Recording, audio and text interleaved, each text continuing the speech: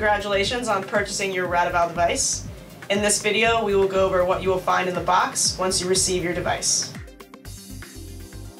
The first thing you will find in the box is recycling instructions, detailing how to recycle each individual component inside the box.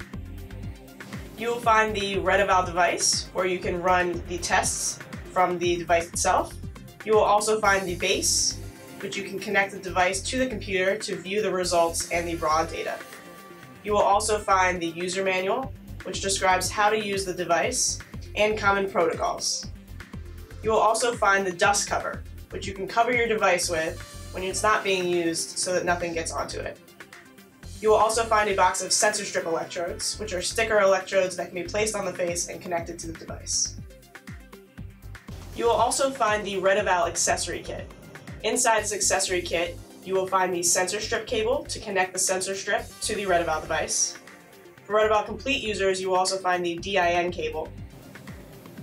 You also find the USB cable to connect the base to the computer,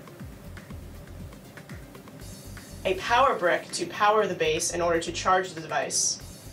You will also find a blade kit for users outside of the US to change the power brick for their power needs.